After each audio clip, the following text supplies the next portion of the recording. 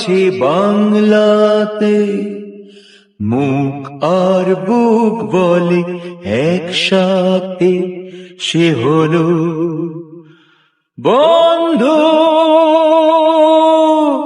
বন্ধু আমার, বন্ধু আমার, বন্ধু আমার। ঢাকাই সিনেমায় যে অল্প কজন শিল্পী অভিনয় দিয়ে চলচ্চিত্রাঙ্গন আলোকিত করেছেন তাদের অন্যতম একজন চিত্রনায়ক ফারুক। তিনি সবার কাছে মিয়া ভাই বলেও খ্যাত। একটা সময় সিনেমার নাম ভূমিকায় ফারুকের নামের আগে দেখা যেত সুপারস্টার শব্দটিও। পর্দার ভেতরে ও বাইরে সবখানেই সত্যিকারের সুপারস্টার ফারুক। জীবন তার রূপকথার মতো। তার আরো বড় পরিচয়, তিনি একজন বীর মুক্তিযোদ্ধা। ছাত্রজীবনে শিক্ষা প্রতিষ্ঠান ও পাড়া মহল্লায় নাটকে অভিনয় করতেন তিনি। আমার মনের পালকিতে রাখমু তোমায় বউ সাজাইয়া গজাইতে দিমু না।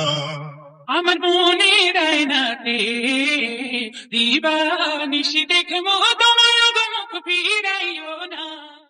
1966 সালে বঙ্গবন্ধুর ডাকে 6 দফা আন্দোলনে যোগ দেন ফারুক। 69-এর গণ আন্দোলন, 70-এর নির্বাচন ও 71-এর মুক্তিযুদ্ধে বঙ্গবন্ধুর ডাকে অংশগ্রহণে কোনো রক্তচক্ষু তাকে আটকে রাখতে পারেনি।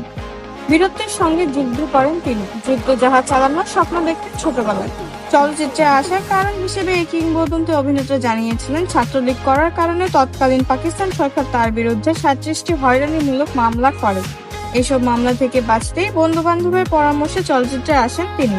আমি সাহেব নামের এক গোলাম, শুধু হুজুর হুজুর করে গেলাম, নাইবা পেলাম কারো আদাব সালাম, তবু চলস নেবারেই চাকরি নিলাম। নায়ক ফারুক জলছবি চলচ্চিত্রের মাধ্যমে সিনেমা জগতে প্রবেশ করেন। 1971 সালে ফারুকের প্রথম ছবিতে তার বিপরীতে অভিনয় করেছিলেন বাংলা চলচ্চিত্রের মিষ্টি মেয়ে বলে খ্যাত কবরী। পরবর্তীতে কবরী ও ফারুক জুটি একসময় খুবই জনপ্রিয় হয়ে ওঠে। তার প্রথম ছবির পর তাকে আর পেছনে ফিরে তাকাতে হয়। পার করিতে নেব আনা আনা, তোমার বেলা নেব সখী, তোমার কানের সোনা সখী গো। আমি প্রেমের ঘাটের মাঝি, তোমার কাছে পয়সা নেব না। সব সখীরে পার করিতে নেব আনা আনা, তোমার বেলা নেব সখী, তোমার কানের সোনা সখী গো। আমি প্রেমের ঘাটের মাঝি, তোমার কাছে পয়সা নেব না। উপহার দিয়েছেন অনেক কালজয়ী সিনেমা, যা বাংলার সিনেমা প্রেমীদের মাঝে নায়ক ফারুককে চিরস্মরণীয় করে রাখবে। তিনি প্রায় 100 সিনেমায় অভিনয় করেছেন, তার মধ্যে বেশিরভাগ সিনেমাই দর্শকের মন জয় করতে পেরেছিল। 1979 সালে ফারুক হয়ে ওঠেন বাংলা চলচ্চিত্রের অন্যতম প্রধান নায়ক। সে বছর তার অভিনীত 30টির বেশি চলচ্চিত্র মুক্তি পায়। বিশেষ করে গ্রামীণ তরুণের আইকন হয়ে যান তিনি। আজিজুর রহমান নির্মিত জনতা এক্সপ্রেস ছবিতে নিজের শিশু সন্তানকে বলি দিয়ে ট্রেন যাত্রীদের জীবন বাঁচিয়েছিলেন এমন এক ট্রেন চালকের ভূমিকায় অসামান্য অভিনয় করেন ফারুক।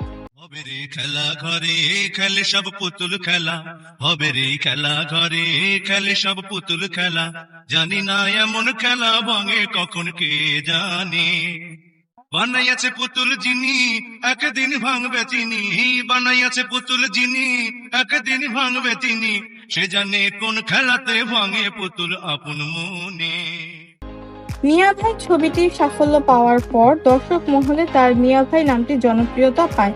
90 দশকের শেষে কয়েকটি চলচ্চিত্রের চরিত্রাভিনেতা হিসেবে দেখা যায় ফারুককে।